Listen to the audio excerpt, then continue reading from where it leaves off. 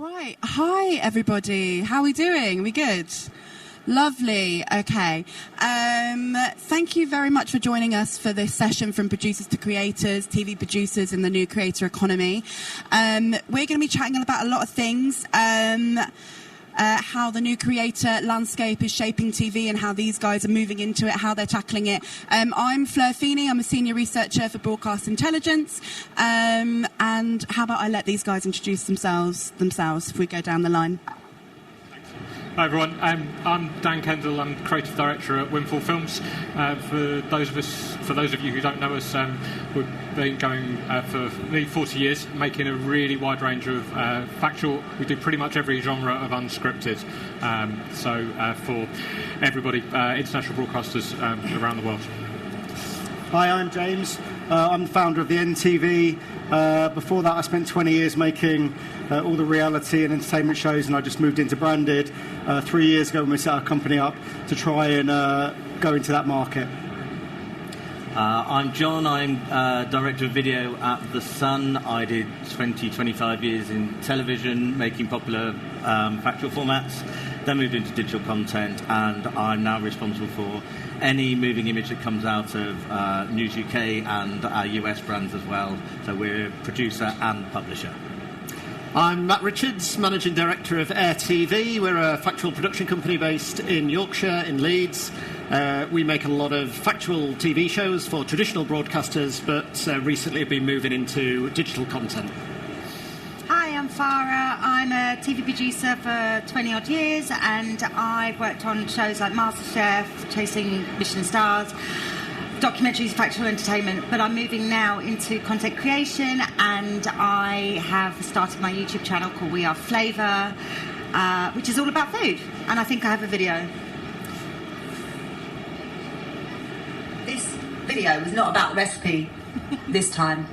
It's about me starting my first YouTube video.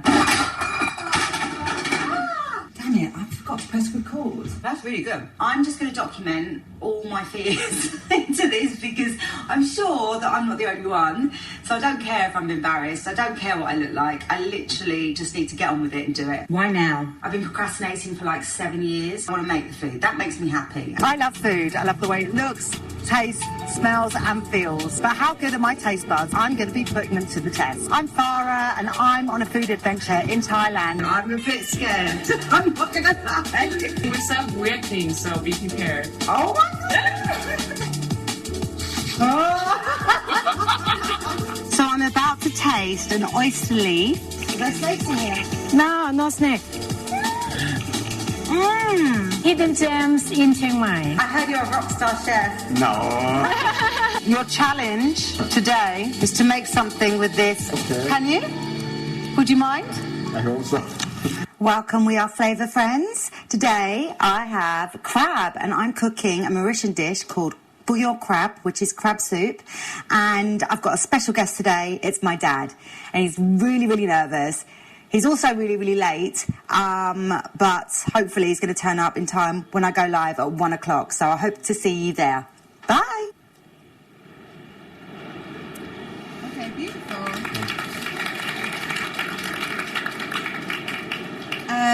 Okay, I'm going to remind you as well that we have Slido. So if you want to ask our panel any questions, which I hope you do, because we've got a really lovely lineup here, I will be checking the Slido and making sure to get through as many questions as I can. In the meantime, here are mine. I hope you don't mind me reading off my phone. Since it's the Creator Hub, I thought you'd be okay with it. Okay, we're going to start off with Dan and Matt. So both Windfall and Air TV are known for high-end, award-winning factual content that in a digital world that often prizes authenticity, how do you decide which TV values to keep and which to strip away to make content feel more at home on YouTube or TikTok or your platform of choice? Yeah, shall I start with that? So we're doing two things basically on YouTube. One is reversioning what we've already done in the TV world for YouTube. So we make a lot of emergency medical, blue light type programmes that actually lend themselves quite well to YouTube. So it's about taking what was a traditional high volume show, clipping it up into different bits and then doing long form, vertical, short form. And then the second thing we're doing is original content. And that's been the biggest learning curve for us as to changing the whole production model to make it faster, more agile, ultimately cheaper, but returnable and adaptable as the audience changes and feeds back on stuff. So for us, it's been those two different things. One, how do we reversion what we've already done to give it a second life? And then the other is adapting into creating content that's specifically for that platform that needs to be done in a very different way. And it's kind of getting the mindset across those two different things for us. How about you, Dan? So I think as similar to Matt, the majority of our content is still commissioned as for linear or a linear platform, but increasingly we're doing digital and digital first content alongside that. So a couple of different examples. We've just done a series for Bloomberg, which was a science and technology series. They're 24-minute episodes, and they were released on all of Bloomberg's digital platforms. It was also released, the second series was released simultaneously on YouTube, and then there was an awful lot of social content that was built in around that. Again, different content for YouTube Shorts, for TikTok, and for Insta. I think the way that we think about it generally is, first and foremost, from a company point of view, we are still a producer. We're not a publisher, and obviously there are creators who are basically they're producing and they're publishing. That's not the space that we're in. So the way that we approach it first is to think about where is this going, whatever this content is, what does that audience need on that platform? And again, it's a really important point for us is that the platform changes the audience quite considerably, even if it's quote unquote the same brand. You know, Bloomberg's presence on YouTube and Bloomberg's presence on one of their OTT platforms on Roku, they're different audiences. And it's the same thing. We did a project with Adidas a number of years ago, and it's absolutely the same thing. The brand content that we were making, it was different depending on the platform. So the most important thing for us is to think about what's going to be valuable to that audience on that platform, and then we work out how do we tell the story that's appropriate for that audience. So that's kind of the way that we think about it. Amazing. And Matt, so RTV produces a high-volume returning series and is now venturing into digital, you just talked about. And John, you were in traditional TV for many years before you became Director of Digital for The Sun. So what are the key differences between TV and digital content? And is there a difference to speed of workflow, quality of content, audience demand? Can you break that down a little bit for us? Yep, so, well, firstly, quality. I think we've got to move on from this question. There is no difference in quality. There's lots of difference in quality within digital and social. If I'm doing a Showbiz 916 quick hit series, that will look and feel and will be very low lift compared to our long-form episodic formats. We have done and continue to make stuff that we have licensed to traditional broadcasters. We've had docs going out on Channel 4. We've got formats picked up by the traditional broadcasters. There's no difference in quality whatsoever. In terms of audience and workflow and speed, it's totally different. We might spend 3 or 4 months developing an idea, or the team might come in and they've got an idea and I'll say, well, grab your phone, go and do some test shoots. They'll come back, we'll package it, we'll look at it and go, yeah, okay, and I'll commission a season of it straight off. But to be fair, this is where we are slightly different because we have, my team run 189, 190 channels across 9 platforms. We make 25 to 30 long-form shows every single week. We are just about to start external commissioning, so we'll be putting briefs out and bringing indies in on the publisher side. But I think the cost is a tricky one. Sometimes it costs never quite as much as TV, but we'll do an 8-month investigation for a one-off doc. But at the same time, yesterday at 6 o'clock in the morning, one of the editors and I came up with a show which happened to be a news format. We were in the studio by 2, we were on air at 4:30, and we'd done 16, 17 million views by midnight. So it can be really, really quick. It's about being reactive and just going, look, you mentioned actually about being your own publisher. Just forget the old model and go, why, I'm just going to make it and put it out. Now, there's nuances to that we can go into, but yeah, I think speed, absolutely. The biggest difference is audience, which I think we'll talk about in a bit, but yeah, I think quality is exactly the same. Workflow is very different. Yeah, at the other end of the scale line from where the Sun is production companies like us that are just kind of wanting to work out how to crack this world. And so for us, it was exactly as John said, it's just do something. And so we were trying to work out, well, what is something we can do that's repeatable, lowish cost, we can do in the margins of the other shows that are actually, commissioned and paying for our team to be there. And just as an example of how you'd look at things differently, what we've ended up doing is a YouTube channel called First Landings that captures the moment students land a plane for the very first time at an airport. And if we were thinking of that as a TV show, you'd think, oh, well, let's follow the backstory of all of these students, let's see them at home preparing, let's find out their real reasons for wanting to be a pilot. But we decided for YouTube, let's just narrow it down to that one moment where they're actually on approach and they've got to land the plane for the first time. And the great benefit for us is we're based at an airfield in Yorkshire, and this is happening at a flight school literally outside the door. So it's one of those things that happens all the time, instantly repeatable, relatively low cost because it's fitting GoPros and editing it together. And then we can use different types of technology, so AI editing systems, AI graphics, to sort of speed up that process, but also experiment in ways that we can then feed back into our linear shows. So it's all about treating it as an experiment, but picking something that we can do relatively easily, and as John said, just doing something, because you can talk yourself around in circles of that's not going to work, that's going to be too expensive, we don't quite know where that's going to go, but actually just starting, I think, is a really good model. I'd commission that, I'd publish that immediately. It's niche, it's got an audience, you'll hit a few million over the next 6 to 12 months. Brilliant, love that. Let's have a conversation about it. Going on the Sun platform. Perfect. This is working well. Good. MBTS, bringing people together. That's perfect. I'd like to dig in more into audience and scale.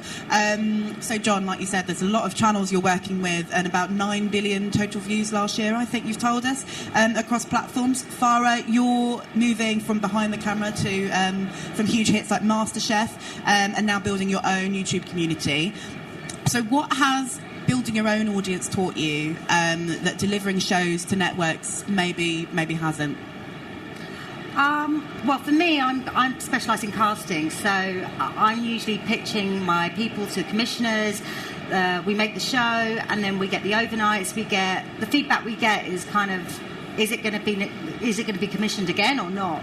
So we don't really know what worked, what didn't work. Whereas on YouTube, you've got all the data, you've got all the analytics, you can see when people drop off. Your attention line, hopefully, should be like that, but mine seems to be going like that at the moment. So I have to re-strategize, but that's a good thing.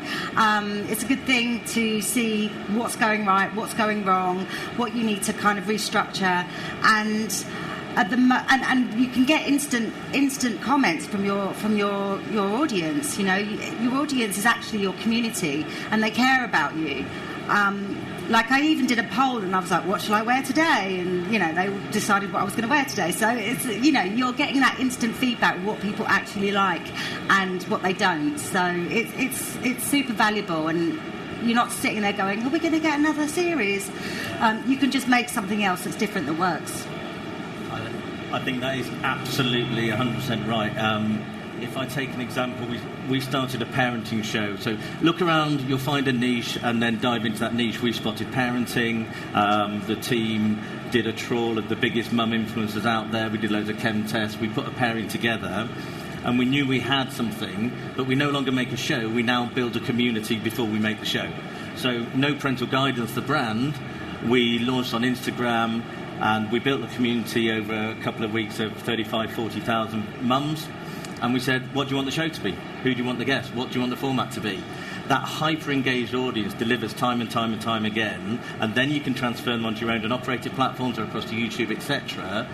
And we're even doing live events with that now because it's such a loyal audience. But that's the biggest thing for me on audience is don't think mass, find a community, own a community, because that's where digital and social will really land, exactly like you're saying. And the data side, we ABCD test at least 2, if not 4 thumbnails for every single thing we do. And that's dead easy to do on YouTube. You can go on and do it. You put various things up, different headlines, and you'll see which one does. Take that one forward. And we'll monitor a show when it goes out, second by second by second, and we'll look at the drop-off data, and we'll re-edit. If there's a problem at 37 seconds or 4 minute 20, the channel managers will spot it, and the team will go in and re-edit that piece of content and update it, and you'll watch the retention rate go up and up and up and up and up. Right, fantastic. I would like to dig into the business of it all. So, James, you're helping brands think like broadcasters, and Dan, you've worked with global brands like Adidas. So, when we move towards brand partnerships and ad revenue, how does that change the way a producer protects the creative integrity of the work? What does that look like? I think everyone, particularly brands, everyone talks about authenticity and what does that, what does that actually mean? And I think the way that we approach it, the way that the conversations we have around with brands are actually very similar to the conversations that we have when we're trying to negotiate access to a hospital or to another kind of government institution. I think what everybody's worried about is their reputational risk. And the key thing for us is to try to understand what those things are, and then how we can work to make sure that we're giving them the confidence ultimately to trust us. Because if it absolutely depends on what the final destination of the content's going to be. If you're creating something that might ultimately end up, or you want it to end up on a linear channel, you're subject to Ofcom. So therefore, that's a whole different kind of criteria to if you're just doing something that might end up on, I don't know, JD Sports' own channel. And again, it comes back to my first point about understanding, really understanding where that content's going to go, what's going to be valuable to that audience in that place, because authenticity, I think, looks very different, and the way it will be defined will be different for a 14-year-old to somebody of my age. So I think that's kind of how we think about it. I think for me, like with the business model, it's changed so massively, and I think that probably if you talk to commissioners, they will be the first to admit they don't even know exactly what the business model is in the network side. I've had a few conversations where it's gone that way. What I try and do is I'm trying to future-proof. So I'm working with brands to try and create a series, a show, something that if I wanted to, I could put it out on a network. It's good enough for that. I've got tape sales. I'm trying to retain IP. What I'm trying to do is create a business model that can live on social, and I heavily believe in social. I think that, like we put out a series for Checkatrade, they had 2,000 audience. We got 5 million in a few weeks. I mean, that is a huge success for them. But we've now got a series that I could strip off all of the branded stuff. I could put it out onto ITV if they wanted to buy 3 episodes for cheap. I've got a series. I own some IP. They own some IP. And before you know it, or we could sell it. So I'm just trying to make sure that I'm future-proofing whenever we come up with an idea that I can use it in multiple different ways. No, completely. And I think that kind of links to one of the questions we've got from the audience.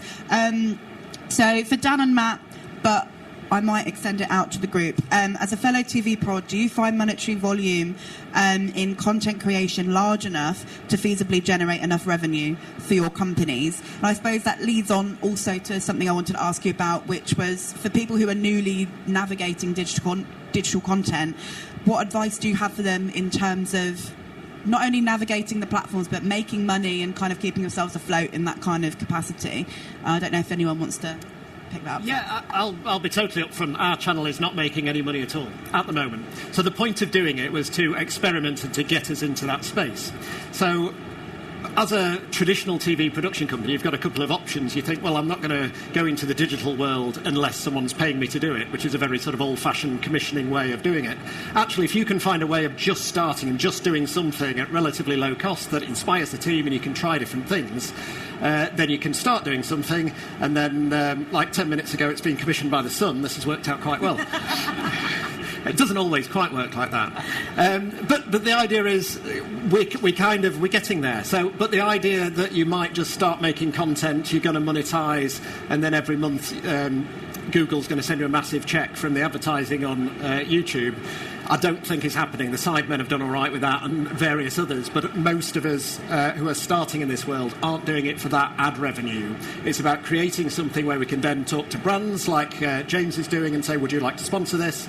Or in broadcasting now, big organisations like the BBC are commissioning something like Deep Watch, which has been a recent commissioning round where production companies have to demonstrate some digital experience. So for us, it was kind of getting that grounding that we can then be taken seriously in that space, as opposed to creating revenue straight away.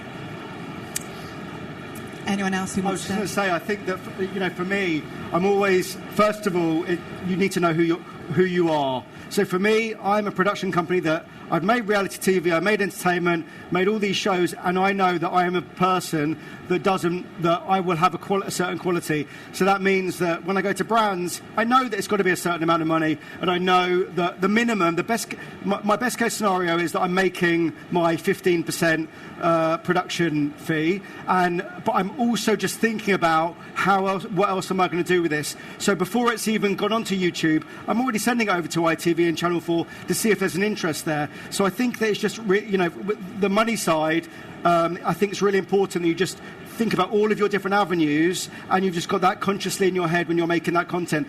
I think what you guys are doing is absolutely right.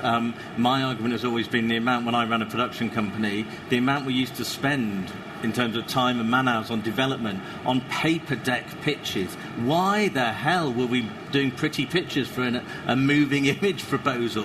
No, just go and make it.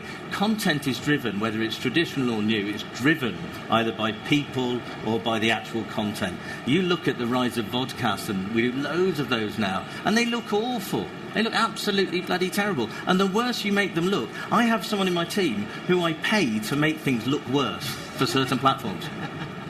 True. So actually, if you're going to do the development, put that time into learning your audience, coming up, testing the idea, rather than just and hoping in the ether. I think you guys have got it exactly right.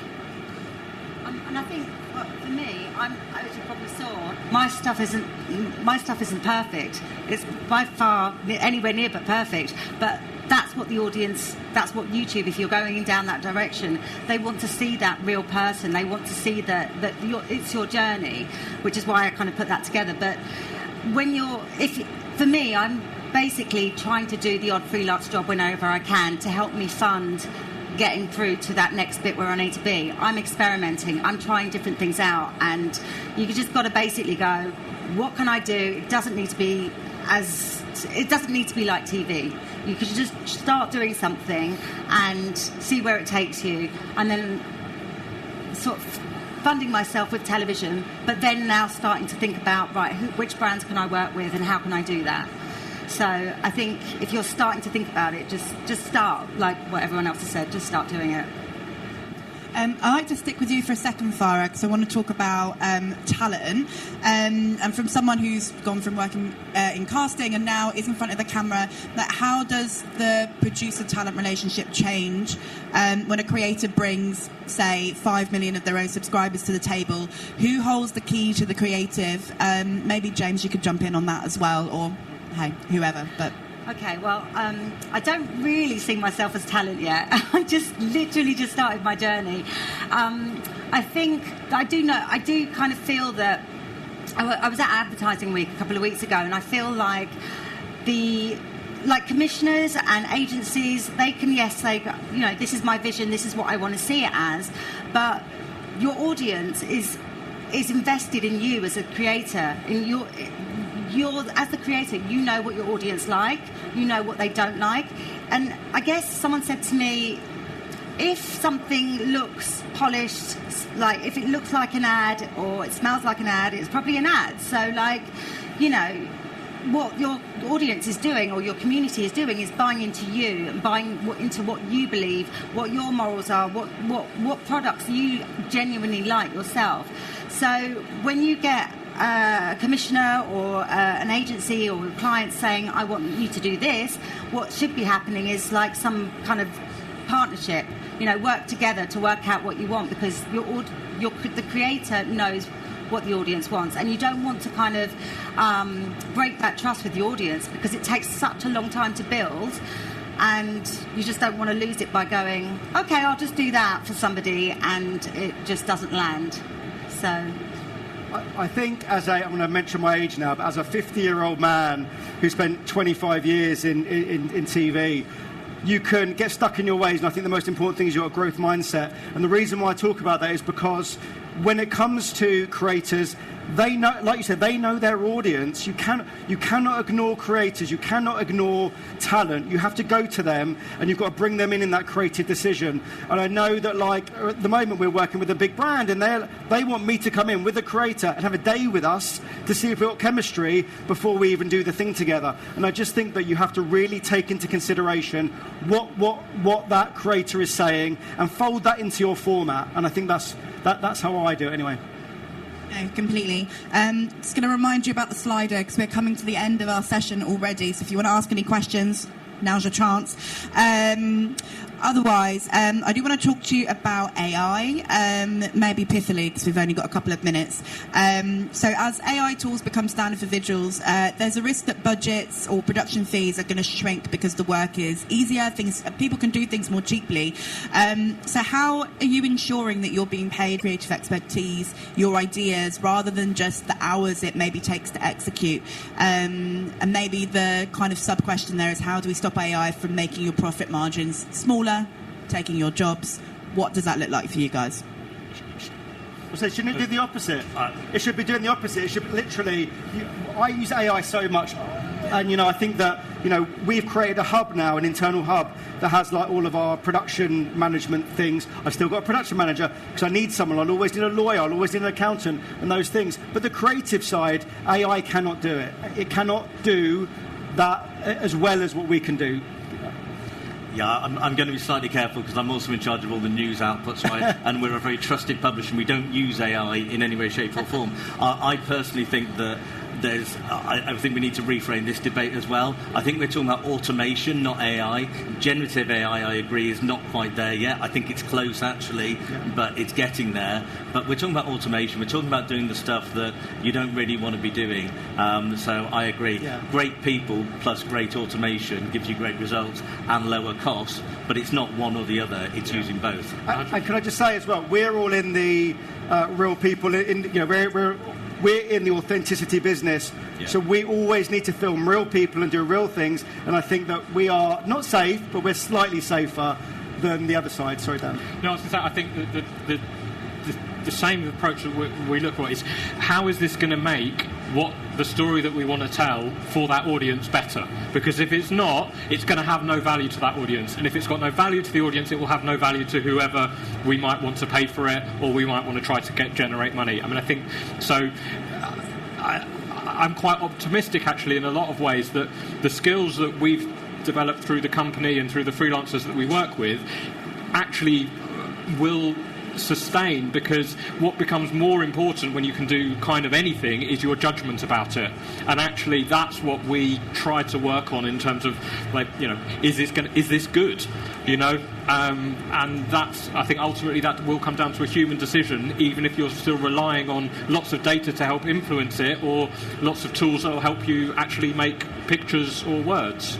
And that area between automation and generative AI is a really interesting area, and that's, in our world, it's a space we can explore. So we're looking at creating graphics that use the data from flight radar, where the plane's flying, mixing it with Google Earth imagery, and then mixing it with cameras in the aircraft that are 360 cameras. And actually that's slightly generative, but it's also automation. And that's the sort of thing on a standard TV show, you'd end up in endless conversations with broadcasters about where that boundary is. On YouTube, you can sort of do what you like, and you can be transparent with the audience and tell them what tools you've used, and they're really interested in how you've done it. And so that's kind of, it's a sort of big area to play and explore new things that we're finding really helpful. For me, I'm using it like all the time. I use it for research, I use it for my thumbnails, I use it for creating music. Like, I don't think, it's like my friend. I'm like, okay, I don't know how to fix this, but how do I do that? And that's how I use it. And AI can't see my vision, it can't have my opinion, and it can't have my style. So, I think it's just helping me be much more productive and much more focused, and does all the stuff that I don't want to be doing, where it leaves me more time to be creative. And I don't think I've ever been as creative, because it's giving me that space to be able to do that. So, yeah. And I've got a question from the audience here. Do you envision a time when Linear is not the principal commissioner of content? Maybe we're already in that time. Where Linear where Linear is not the principal commissioner of content. for anybody. Well, Yeah. now. Yeah. Fine. Yeah, I think even all the networks know it's not, 5 years' time, it's going to look completely different again. And I just think that, and I have to try and convince big brands who are like, I want to be on BBC. I'm like, we're getting more viewers on YouTube. You can know exactly what you're getting on YouTube. You can see those analytics. You can see the fall off. And I'm like, what? I think, It's not a bad thing. It's just Yeah. linear is done. SVOD and AVOD have taken over. But we talk about linear proposition. I think it died several years ago with on demand, right? So I don't think it's linear. I think it's a case of going which platforms are going to engage which community. So Insta have got a female with an age bracket of this. Facebook have got the older male. YouTube are the most watched platform. But actually, if you make something between 2 minutes and 12 minutes and put it on YouTube, it will die. There is a valley of death. The algorithm hates. So you only long-form stuff on YouTube. TikTok, it's got to be cut in a certain style and no longer than this. And it's all about... So all these platforms have already taken over, but not from BBC or Channel 4 or from Netflix. It's just you've got... The viewers now have a choice. And we've got to make it and deliver it in a way they want it, exactly where they want it, and exactly when they want it. And I'm afraid that is the end of our time. Thank you so much for all of your questions. And if you could thank my panel for me. Thank you so much, everybody, for joining us. Right.